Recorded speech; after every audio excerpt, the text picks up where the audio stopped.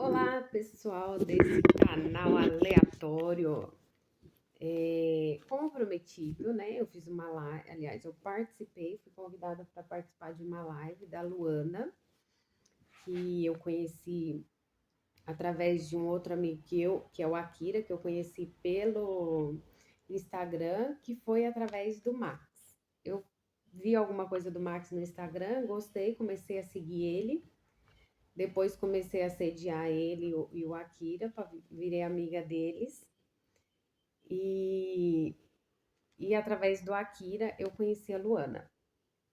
E participei com eles da live, né? A Luana convidou para a gente falar sobre o assunto que estava aí do momento. Eu não vou falar a palavra porque eu sou bem lerda e pode ser que comigo não dê bom. Mas é o título desse livro aqui, ó. Tá vendo? Esse livro, escrito por Ana De Rosa, eu não sei se é assim que fala, se é De Rosa, se é De Rosa, não sei. Marlon De Rosa, Luan Silva Gonçalves. Então, esse é o nome, né? O Tirar a Vida de Bebê no Ventre, Ocultos e a Mentalidade Contraceptiva. E de editora. Eu quero apresentar para vocês hoje esse livro. A gente leu, eu tenho gravado aí uma playlist do NOM, também não pode falar essa palavra, né? Introdução a NOM, que é do Alexandre Costa, e assim, um livro muito legal. E vamos agora para esse daqui, porque tá muito em suma esse assunto, e eu acredito que muitas das pessoas até que são contra, elas não sabem que elas foram induzidas a fazer a mesma coisa, porém de forma diferente.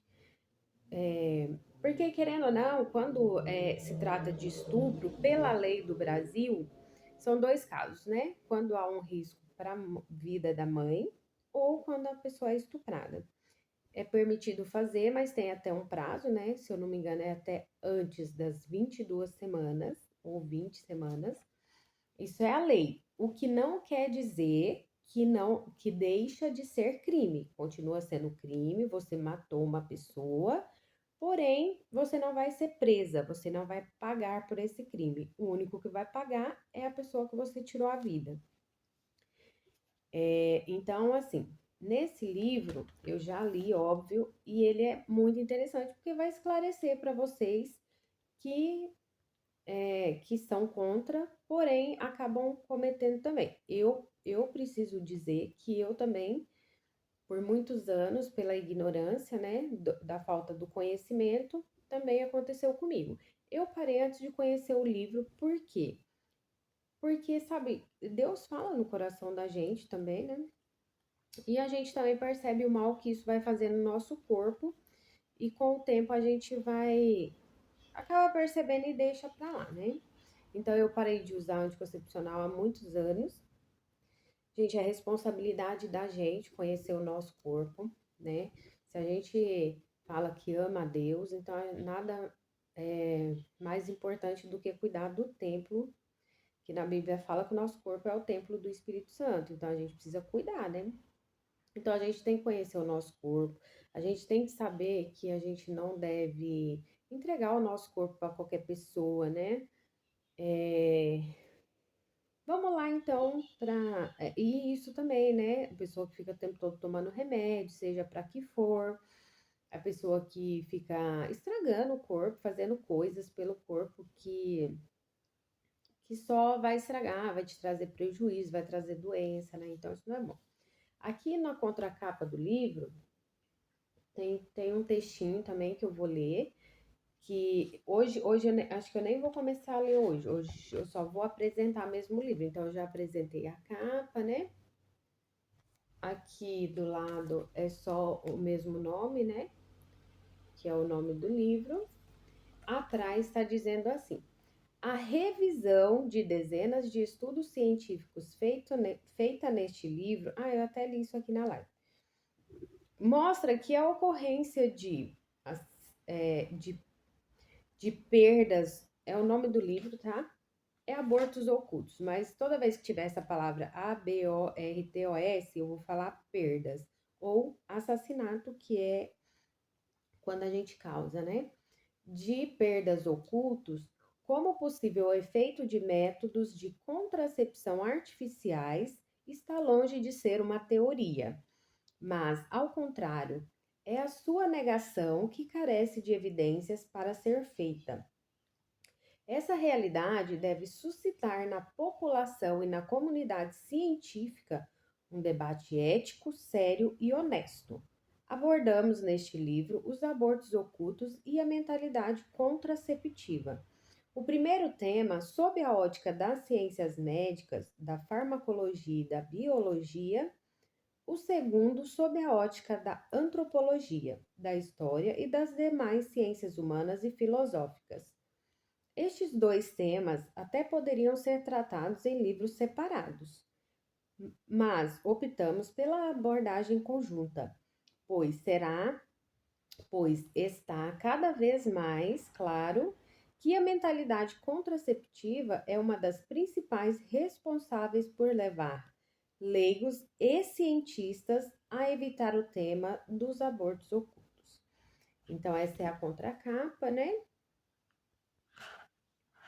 E aqui dentro, ó, nos marcadores de página, também tem um texto e eu vou ler esse texto agora. Vamos lá. Está assim. Para algumas pessoas é difícil olhar para um embrião de poucos dias ou para o desenho dele em um livro e enxergar sua humanidade. Isso se deve à ausência da forma humana a qual estamos acostumados. Estamos diante de uma limitação dos sentidos. Por outro lado, é difícil que, à luz de todos os avanços científicos e tecnológicos do nosso tempo, possamos dizer que ele não seja um ser humano e uma pessoa tal como cada um de nós. Seu código genético e sua formação em 23 pares de cromossomos não é mera justaposição dos cromossomos do pai e da mãe, mecanicamente encaixados. Trata-se de uma fusão plena que dá origem a um ser único que mescla características e a carga genética do pai e da mãe. À luz dos experimentos científicos mais modernos, descobrimos que o embrião é também auto-organizado ou autônomo, uma vez que se desenvolve até mesmo sem a presença do tecido materno, ou seja, fora do corpo da mulher. Nesse momento, alegações de que ele faça parte do corpo da mulher não têm o menor cabimento e só se explicam por uma total falta de conhecimento científico ou submissão da razão à limitação dos sentidos ou a ideologias. Vocês estão entendendo isso aqui que está sendo dito? Meu corpo, minhas regras. Não é o seu corpo. É um corpo de outra pessoa que juntou o seu DNA com o DNA de alguém. E agora temos mais uma pessoa. Não é o seu corpo. Você não tem o direito de tirar a vida desse outro ser.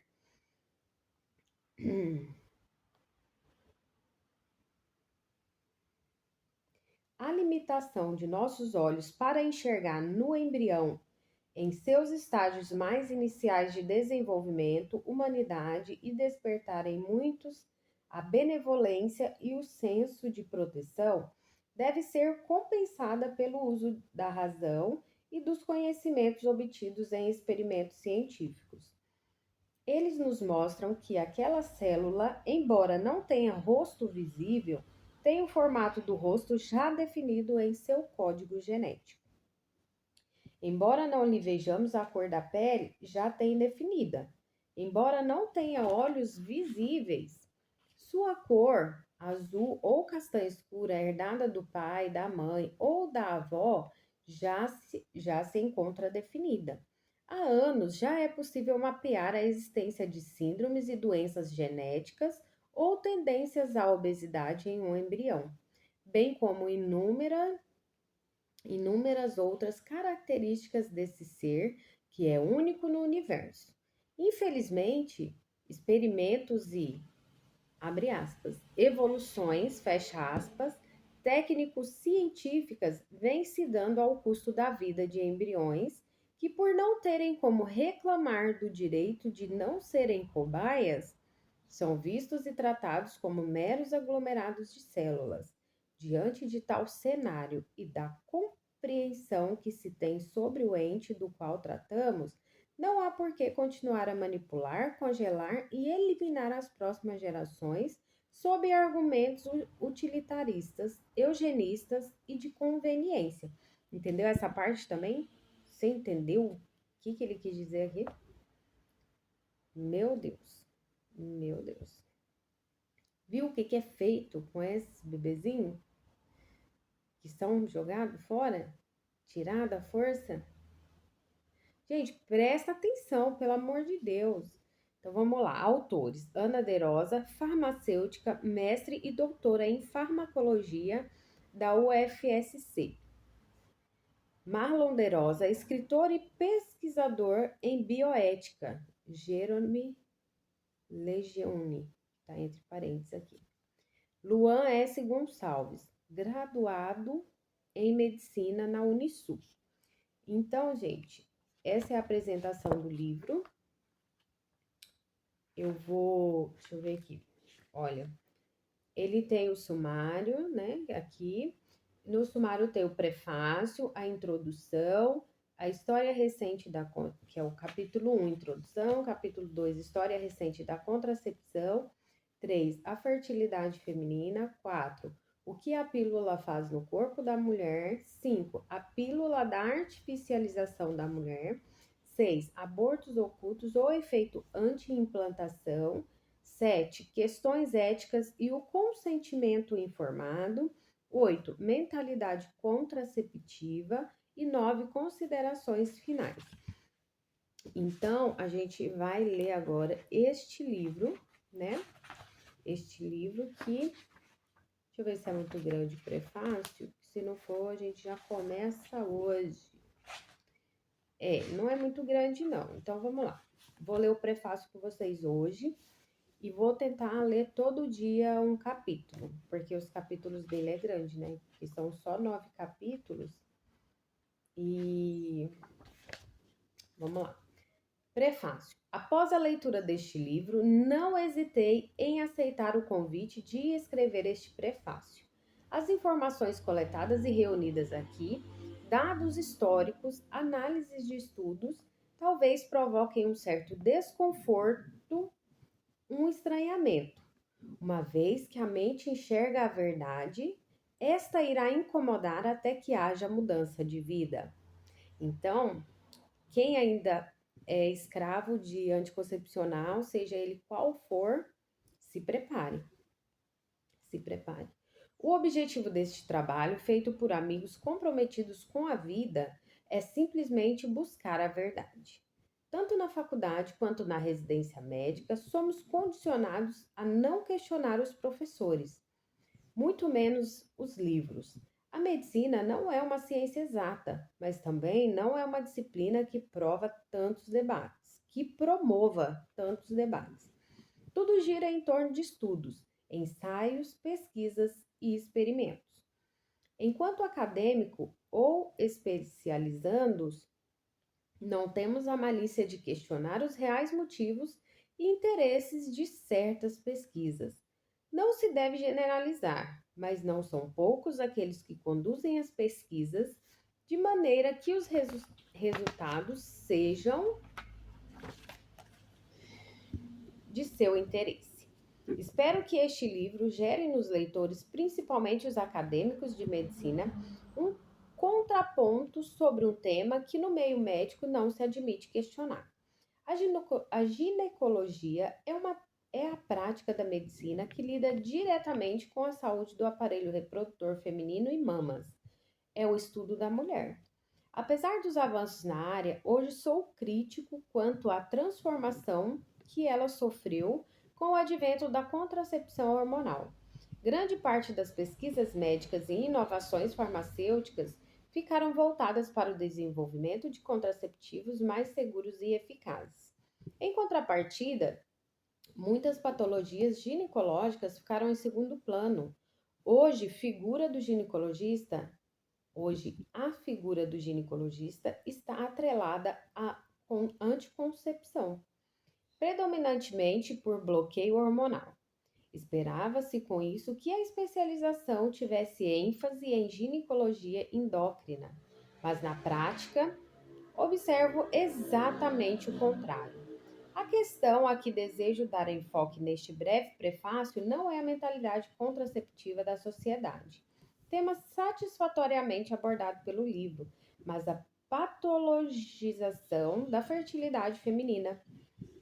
Infelizmente, é bastante comum a prescrição de contraceptivos hormonais para adolescentes que apresentam irregularidade menstrual. Há uma imaturidade no eixo hipotálamo-hipófise ovariano nos 2 primeiros anos após a menarca. Menarca é a primeira menstruação, para quem não sabe, tá? Por causa disso, são relativamente comuns alterações no ciclo menstrual. O corpo está adaptando, né? Por isso que tem essas irregularidades nos 2 primeiros anos, pois esse eixo hipotálamo, hipófise ovariano, que são 3 glândulas que conversam pelos hormônios que são liberados, eles estão amadurecendo. Então, acabou de começar, gente, em 2 anos que eles vão se regular. Então, nesse início, vai ter mesmo essa inconsistência aí. Equivocadamente, essas meninas podem ser diagnosticadas com a síndrome dos ovários policísticos, que eles chamam de SOP, né? SOP, e, consequentemente, orientadas a usar anticoncepcionais por tempo indeterminado.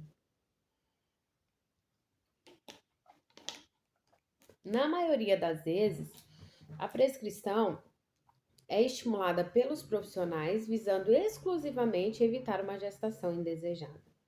De fato, as mulheres já estão habituadas a usar o anticoncepcional por longos anos e, por consequência, desconhecem o funcionamento dos seus corpos. Até as profissionais de saúde têm bastante dificuldade em identificar o dia da ovulação. Sabidamente, todos os anticoncepcionais com associação de estrogênio, progestogênio, aumentam o risco de trombose venosa e tromboembolismo.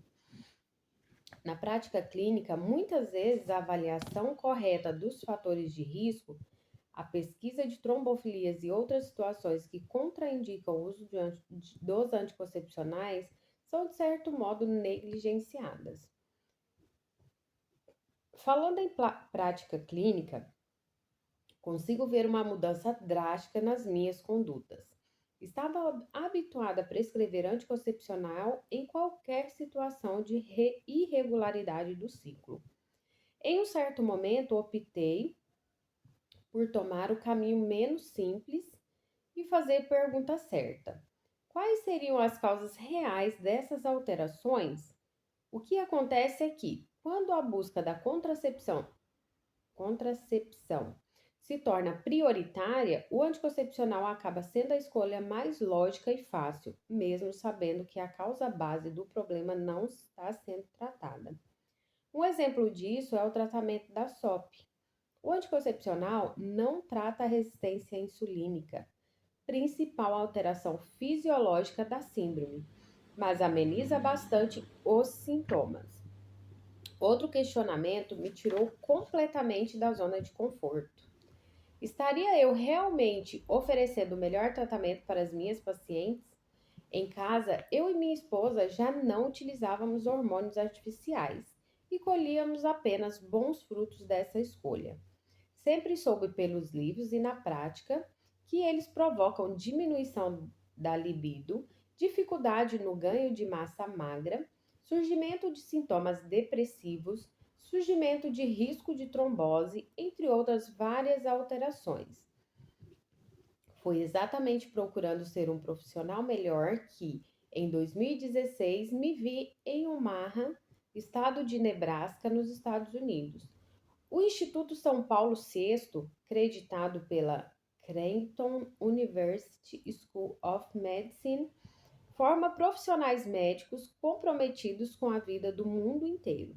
O ginecologista americano Thomas W. Hilgers foi o desenvolvedor, após vários anos de estudos e pesquisas, de um método de um método de apreciação da fertilidade.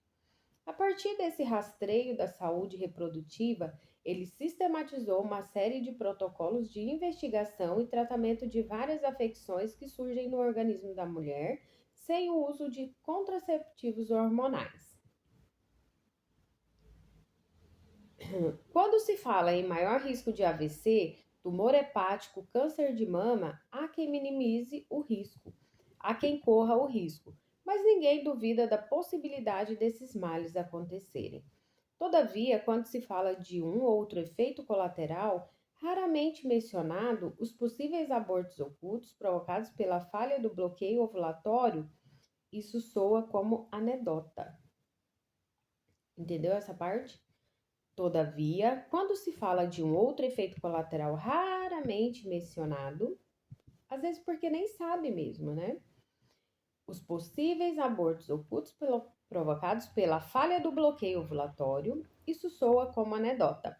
E realmente, quando você vai falar com alguns profissionais da área de ginecologia e obstetrícia, eles dão risada na sua cara se você falar uma coisa dessa. As pessoas não estão dispostas a pagar o preço da verdade. A verdade dói. Dói e entra igual uma faca no peito. A verdade é a adequação da mente à realidade, ou seja, doendo ou não, é a realidade, querido. Vamos lá. Se a verdade não pode ser mudada, tentam se mudar então a realidade. Você vai ver mais pra frente aí, né? Que eu comentei lá na live das da Luana lá e com a Kira sobre isso, né? Como que eles fazem. Porque o brasileiro não é muito fácil de enganar, é só falar. Você falou, ele acreditou e acabou, porque eu sou uma autoridade, eu tenho um diploma não sei da onde. Ele nem se dá o trabalho de ler a bula. Mas tem lugar que o pessoal se dá o trabalho de ler a bula. Aí o que eles fazem? Eles vão lá e mudam a realidade da bula, mudam os termos, né? Então vamos lá. Foi exatamente isso que aconteceu ao longo dos anos. O que era claro e certo pela embriologia, a definição do início da vida humana a partir do encontro do espermatozoide com o óvulo, foi se transformando e se adequando por conveniência. Grande parte da comunidade científica hoje acredita que a vida se inicia após a nidação. O que é a nidação? Teve a relação sexual, o espermatozoide atravessou a vagina, atravessou o útero e foi lá na trompa, encontrou com o óvulo e fecundou.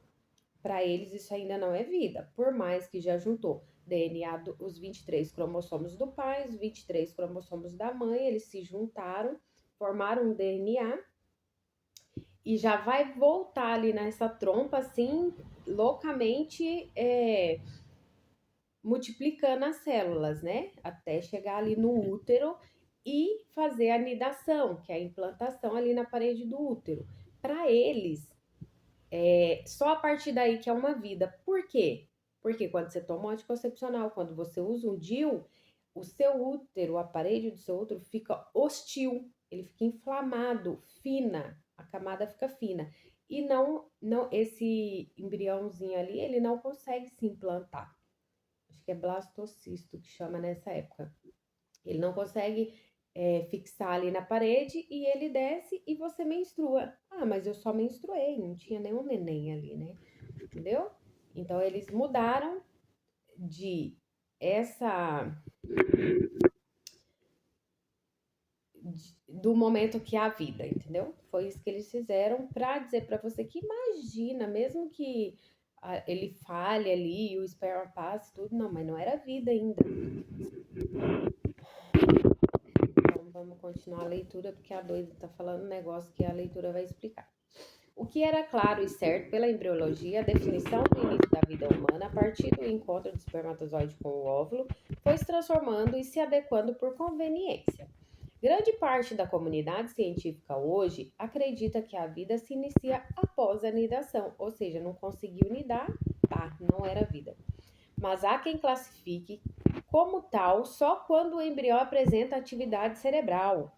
Para piorar ainda, que é o que justifica fazer aí com a seringa, com o aspirador, até tanto tempo.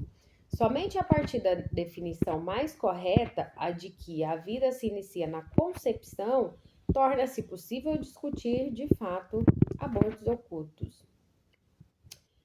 Discutir se, de fato, abortos ocultos podem acontecer em usuários de contraceptivos hormonais. Você entendeu? Se você não entender que a vida inicia ali na concepção, que é o momento do encontro do espermatozoide com o óvulo, não, acabou aqui a leitura desse livro, você não precisa nem continuar, tá? Porque não vai fazer sentido para você. Porque se você acredita que só a vida. Porque assim, vai mudando, né? Ai, não, só é vida. Se eu tirar esse bebê que esteja com 40 semanas do útero e deixar ele ali sozinho ali, ele não vai sobreviver, ele vai morrer. Então não é vida, você entendeu? Se você não der o mamar para a criança, é óbvio que ela vai morrer, porque ela é um ser humano. A única coisa que ela precisa é de nutriente. Mas ela é um ser humano individual e aquilo já é uma vida, assim. Mesmo porque quando você não tira essa vida antes do tempo ali, você não mata ela se torna o quê? Um ser humano. Eu, por exemplo, eu já fui esse blastocisto. Eu já fui esse encontro de óvulo com esperma. A partir do momento que o esperma do meu pai com o óvulo da minha mãe se encontrou, se tornou eu. Foi eu. Hoje eu tenho 38 anos. Entendeu? Sou uma pessoa. Menos inteligente do que eu queria, mas sou uma pessoa. Então vamos lá. Eu vou ler de novo esse parágrafo. Somente a partir da definição mais correta, a de que a vida se inicia na concepção, que é quando encontra esperma com óvulo, torna-se possível discutir de fato abortos ocultos, que abortos ocultos podem acontecer em usuários de contraceptivos hormonais, entendeu? Se você não acredita que a vida se inicia na concepção, esquece, esse livro ele não vai fazer sentido para você. Porque você tem todas as justificativas da indústria para continuar fazendo esses abortos ocultos. Então vamos lá. O mecanismo de ação dos contraceptivos atuais, que contém doses menores e mais seguras de hormônios, depende do seu uso correto, porém, muitas situações podem interferir na sua eficácia. O atraso na tomada, mesmo que por algumas horas, casos de diarreia e vômitos, uso de certos antibióticos e várias outras medicações são todos fatores que podem impedir o bloqueio da ovulação e também aumentar a produção do muco cervical. A ação dos contraceptivos, que contém apenas progestogênios, depende muito da dose da substância. Com níveis moderados de progestogênio no sangue, pode haver níveis basais normais de FSH e LH e alguma maturação folicular. A produção de estradiol e ocorre o pico do estradiol, que pode deflagrar a liberação do LH e, consequentemente, ruptura do folículo. Entre as usuárias de implantes hormonais, a ovulação em cerca de 20% dos ciclos e a proporção de ciclos ovulatórios aumentam com o tempo. Os dispositivos intrauterinos, DIU, não inibem a ovulação, abre parênteses, até aqueles com levonorgestrel têm 85% dos ciclos ovulatórios, fecha parênteses. E mesmo que a maioria dos estudos tentem negar sua potencialidade abortiva, a verdade é que só o fato de se encontrar pacientes grávidas que apresentavam o DIU normo inserido sugere que várias gestações podem não ter evoluído anteriormente. Seria bastante interessante reproduzir o estudo sobre o Early Pregnancy Factor, EPF, em usuários de DIU e talvez até nas usuárias de contraceptivos hormonais. O EPF é um imunossupressor produzido cerca de 48 horas após a fecundação. É o primeiro marcador da vida.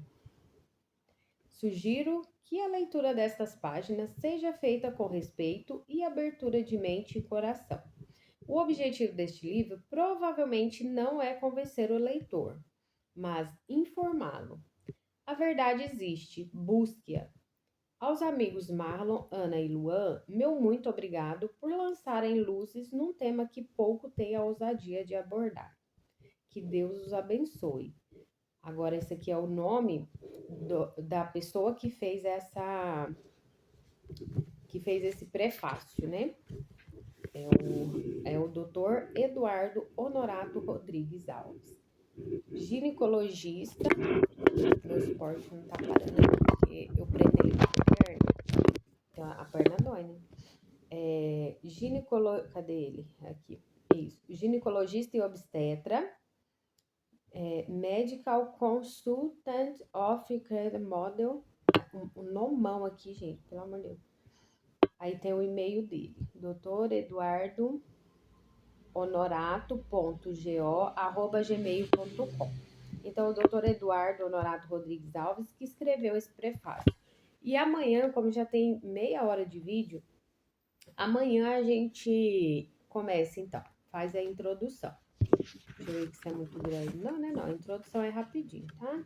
Acho que já dá pra gente ler. Porque o capítulo 1 é a introdução, né? A gente lê o capítulo 1 e o capítulo 2.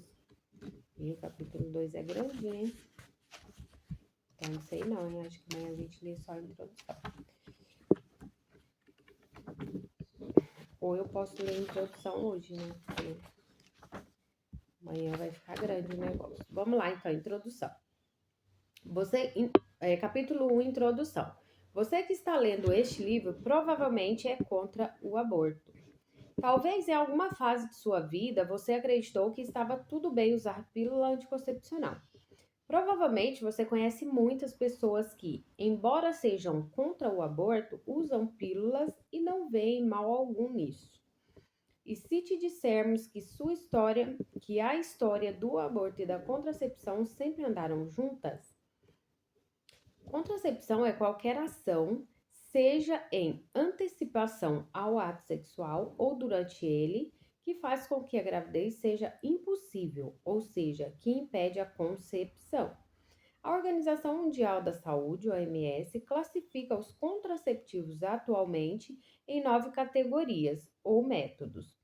1. Esterilização feminina. E 2. Masculina. 3. Pílulas. 4. Injetáveis. 5. Implantes. 6. Dispositivo intrauterino, DIU. 7. Preservativo masculino. 8. Contraceptivo de barreira vaginal. Abre parênteses, diafragma, esponja espermicida, gel, cremes e esponjas, fecha aspas, e 9, outros métodos, incluindo contracepção de emergência, preservativo feminino, entre outros. Você pode pensar que decidir fazer uso da pílula seja uma decisão apenas sua. Porém, o que você não sabe é que existe um plano de disseminação na contracepção em todo o mundo e que a expansão de seu uso faz parte dos planos da OMS. Em 2015, a organização estimava que, no mundo, 758 milhões de mulheres casadas ou em união estável utilizassem algum tipo de contraceptivo. A meta da OMS é que a cifra chegue a 800 milhões em 2030. E esse número não inclui as mulheres solteiras que usam métodos anticoncepcionais para os mais diversos fins. Em 2014, estimou-se que o uso apenas das pílulas hormonais combinadas ultrapassou 100 milhões de mulheres. A estimativa geral sobre o uso de métodos contraceptivos modernos, abre parênteses, não só a pílula, fecha parênteses, chega a 842 milhões. É como se a contracepção já fizesse parte do, abre aspas, ser mulher, fecha aspas. Meninas ainda muito jovens são iniciadas no uso da pílula a pretexto de regular o fluxo menstrual intenso ou a acne. A partir deste ponto, continua o uso até chegarem à fase sexualmente ativa de vida que também inicia cada vez mais cedo. Considerando as evidências recentes, associando o uso da pílula a comportamentos depressivos, não sabemos o quão grave pode ser a influência desses hormônios artificiais no comportamento emocional e social dessas meninas, cujo desenvolvimento cerebral ainda está incompleto. Isso sem falar nos males físicos que podem surgir a médio e longo prazo.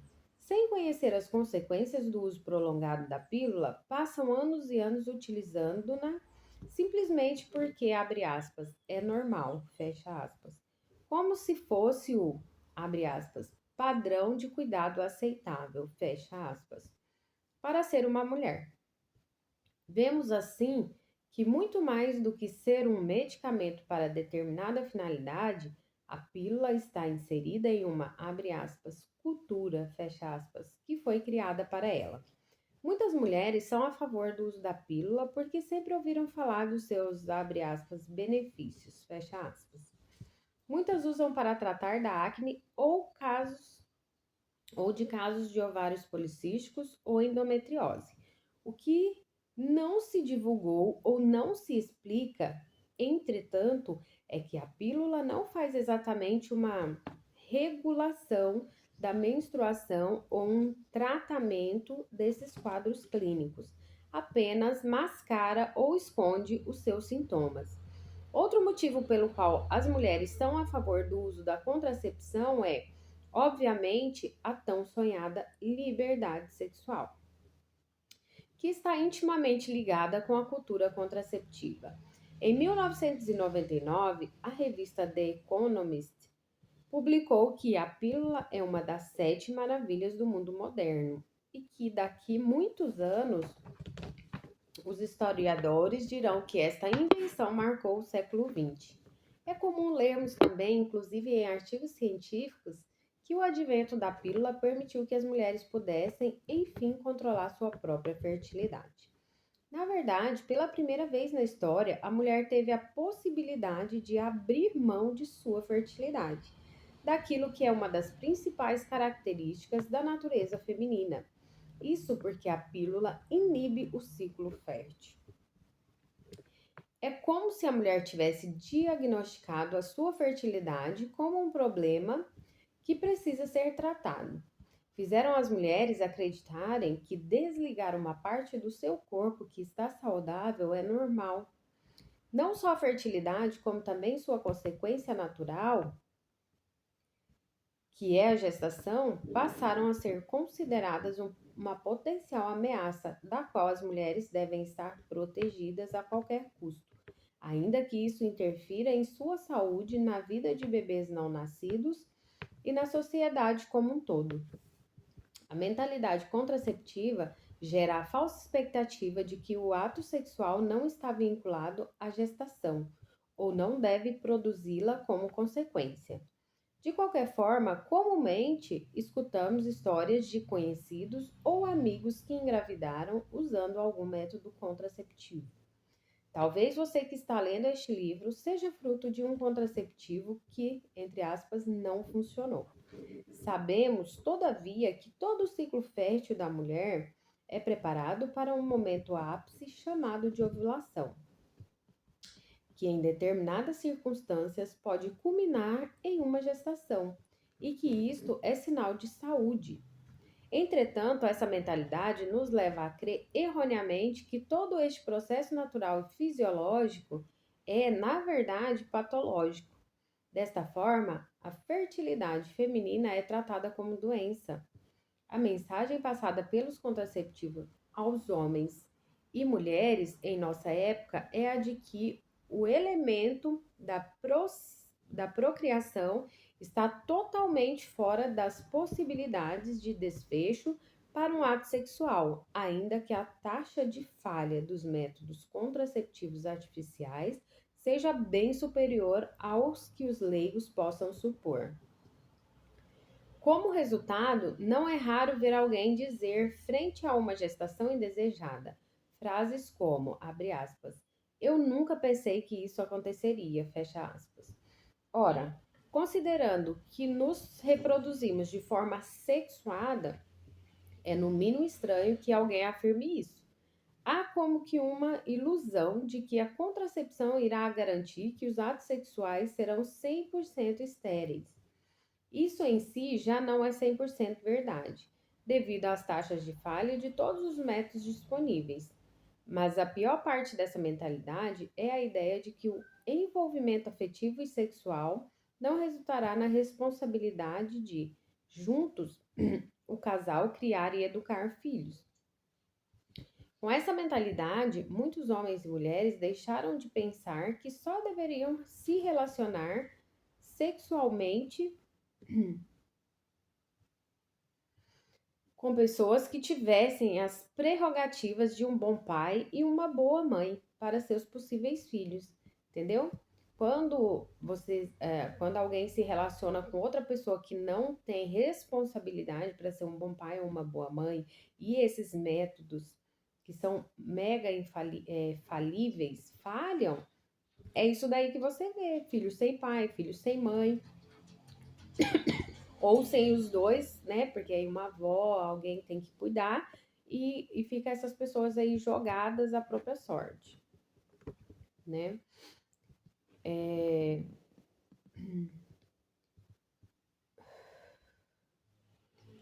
E isso traz consequências graves para os relacionamentos e para os desfechos gestacionais, como os abortos voluntários, por exemplo.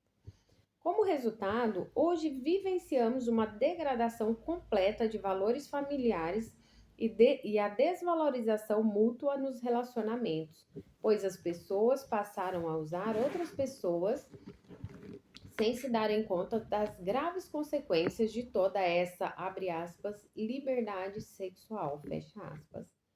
Aumento no número de divórcios, crianças crescendo em ambientes familiares inconsistentes, depressão, ansiedade, consumo elevado de álcool e drogas, relacionamentos instáveis, desvalorização de pessoas, solidão, insegurança. Tudo isso em nome de uma modernidade que, entre aspas, revolucionou o sexo. Essa mentalidade faz as mulheres sentirem-se amedrontadas de largar a pílula e correr o, entre aspas, risco de gerar novas vidas, algo próprio da natureza feminina.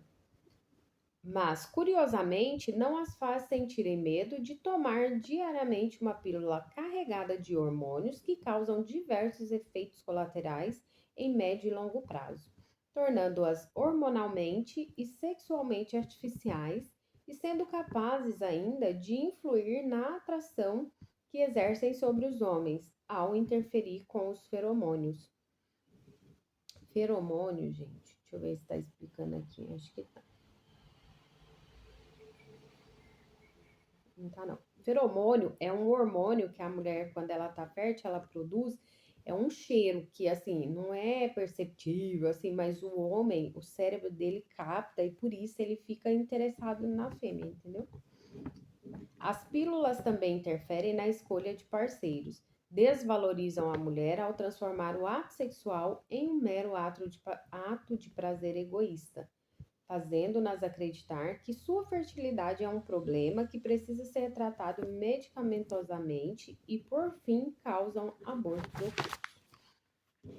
Este livro aborda aspectos históricos e culturais da contracepção, a fisiologia do organismo feminino, ou seja, de que forma o corpo da mulher trabalha durante todos os ciclos menstruais, com a sua oscilação hormonal que lhe é própria e lhe caracteriza como mulher, tornando-a fértil e capaz de gerar um novo ser humano.